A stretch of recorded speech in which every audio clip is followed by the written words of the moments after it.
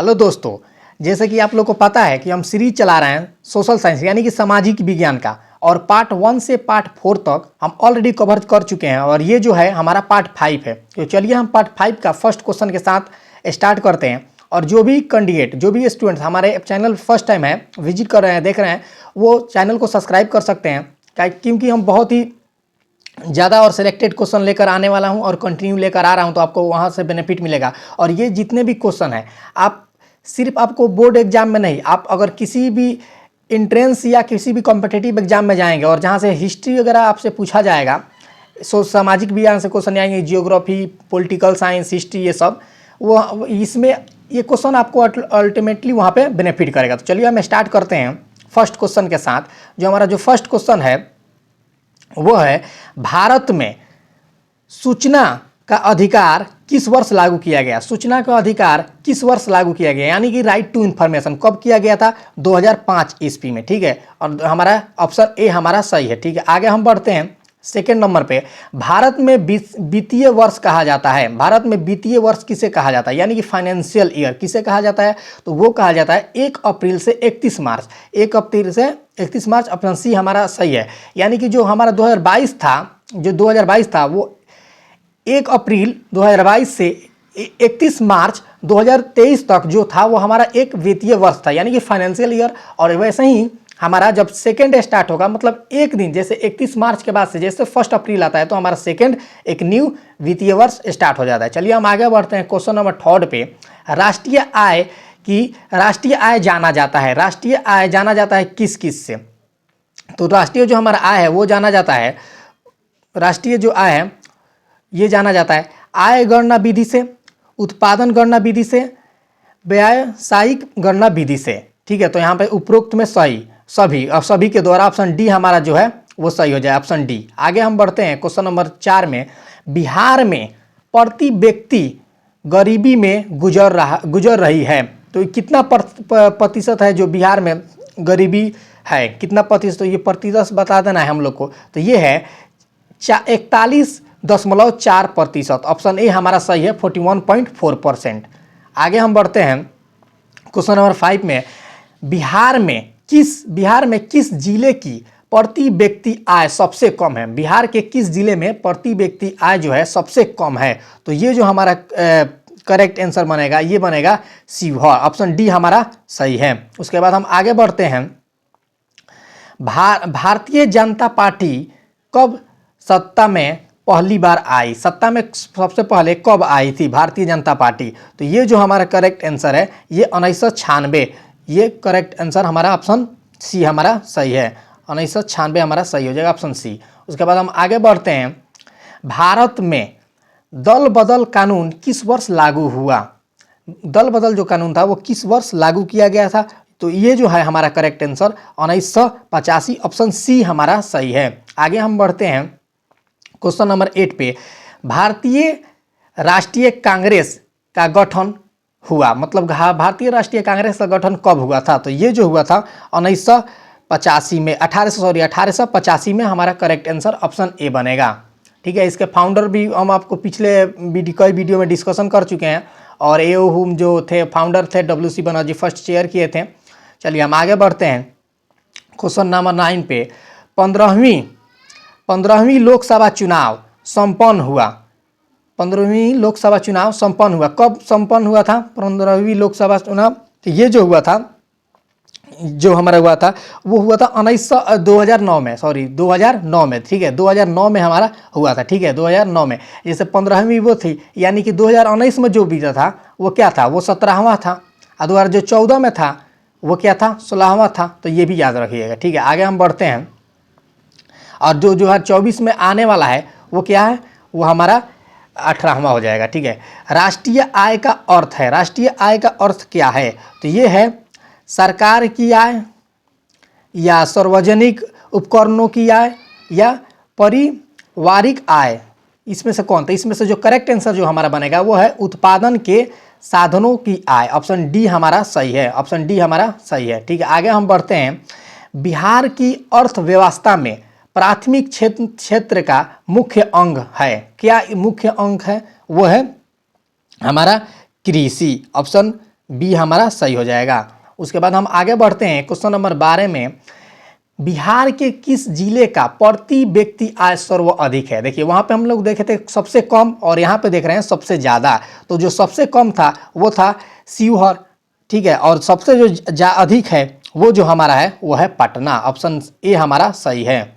आगे हम बढ़ते हैं क्वेश्चन नंबर 13 पर, दादा भाई नौरोजी ने सर्वप्रथम राष्ट्रीय आय का अनुमान कब लगाया था। किस वर्ष उन्होंने ये अनुमान लगाई थी। तो ये जो लगाया गया था वो है 1800 मतलब 1868, ठीक है, 1868, ठीक है, देख लीजिएगा। उसके बाद हम आगे बढ़ते हैं 14 नंबर पे, भारत में किस राज्य का प्रति व्यक्ति आय सर्वाधिक है। देखिए वहाँ पे क्या हुआ था, बिहार का पूछा था तो बिहार का था पटना, ठीक है। तो बिहार का पूछेगा, जाहिर सी बात है जो जिला है वो हम होगा स्टेट स्तर पर, और यहाँ पे पूछा है भारत के किस राज्य, तो जो भारतीय नेशनल लेवल पे बात होगी तो वहाँ पे स्टेट आएगा। तो ये कौन से स्टेट है, तो ये जो हमारा स्टेट है वो हो जाएगा गोवा। ऑप्शन डी हमारा सही है। आगे हम बढ़ते हैं 15 नंबर पे। देखिए वर्तमान में देश की सबसे पुरानी राजनीतिक पार्टी का नाम। तो देखिए इसका जो करेक्ट आंसर है ये आप कमेंट बॉक्स में बताएंगे, ठीक है। और इसमें 4 पार्टी का नाम दिया गया है, भारतीय जनता पार्टी, समाजवादी पार्टी, और नीचे जो दिया गया है, जो नीचे है वो है हमारा भारतीय राष्ट्रीय कांग्रेस और बहुजन समाज पार्टी। इस चारों का आप कब इसका कौन फाउंडर है वो बता सकते हैं, और ये कब फर्स्ट टाइम हुआ, जैसे स्थापना इस पार्टी का कब हुआ था, ठीक। जैसे कांग्रेस का, भारतीय कांग्रेस पार्टी का स्थापना 1885 में, वैसे ही बताइएगा। आप बहुजन समाज पार्टी, राष्ट्रीय जनता पार्टी, ये चारों का बताइए, और इसका करेक्ट आंसर आप हमें कमेंट बॉक्स में बताएं। ये हमारा ऑप्शन है 15 नंबर क्वेश्चन है, और इस चारों का ऑप्शन आप देख लीजिए और बताइए कमेंट में, ठीक है। उसके बाद हम आगे बढ़ते हैं 16 नंबर पे, ठीक है। 16 नंबर पर देखिए, रूस की मुद्रा है, रूस का क्या मुद्रा, रसिया का क्या करेंसी का क्या नाम है, ठीक है, रूबल। तो यहाँ पे करेक्ट आंसर हमारा जो बनेगा वो ऑप्शन ए हो जाएगा, ठीक है।